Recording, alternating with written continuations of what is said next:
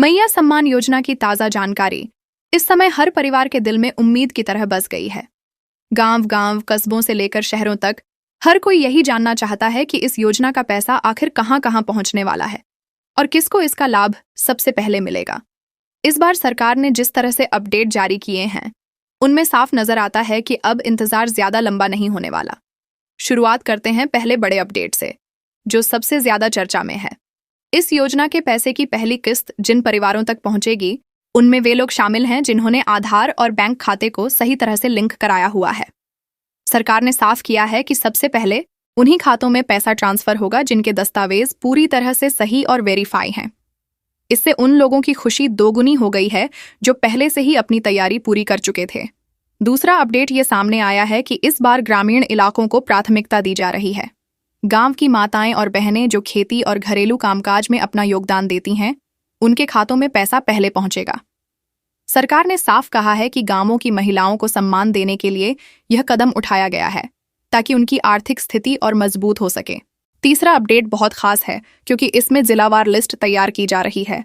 हर जिले के लाभार्थियों की लिस्ट पंचायत स्तर पर चस्पा की जा रही है और साथ ही पोर्टल पर भी अपलोड हो रही है।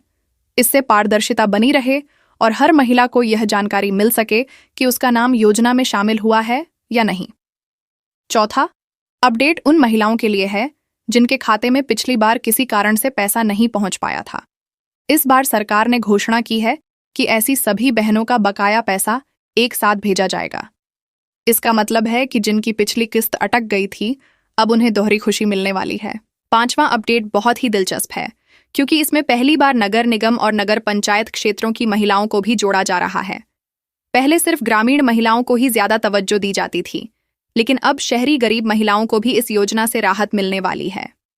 छठा अपडेट यह आया है कि इस बार भुगतान सीधे बैंक खातों में डिजिटल मोड से किया जाएगा।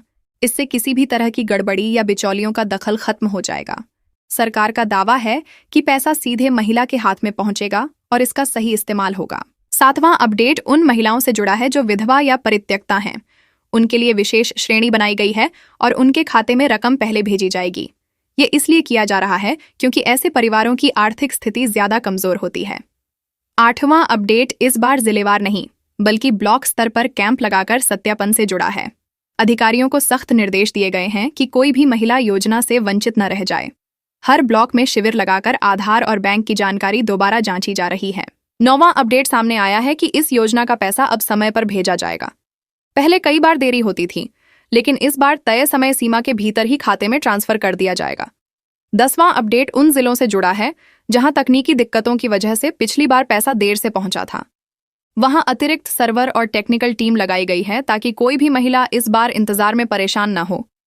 11वां अपडेट यह है कि इस योजना से जुड़ी जानकारी अब घर घर तक पहुंचाने के लिए पंचायत स्तर पर मुनादी और घोषणा कराई जा रही है।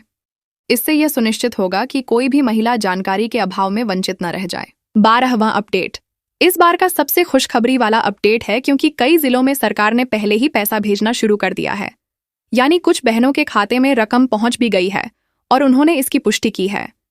13वां अपडेट उन महिलाओं के लिए है जिनके बैंक खाते नाबालिग बच्चों के नाम से जुड़े हुए थे। उन्हें अलग से गाइडलाइन दी जा रही है ताकि उनका पैसा भी सुरक्षित उनके पास पहुंच सके। 14वां अपडेट यह है कि योजना के अंतर्गत आने वाली रकम को सरकार ने एक सामाजिक सुरक्षा की तरह पेश किया है। यानी यह केवल आर्थिक मदद नहीं बल्कि महिलाओं को सम्मान देने का प्रतीक भी है। 15वां और सबसे महत्वपूर्ण अपडेट यह है कि सरकार ने साफ कर दिया है कि इस योजना के लाभार्थियों की संख्या लगातार बढ़ाई जाएगी।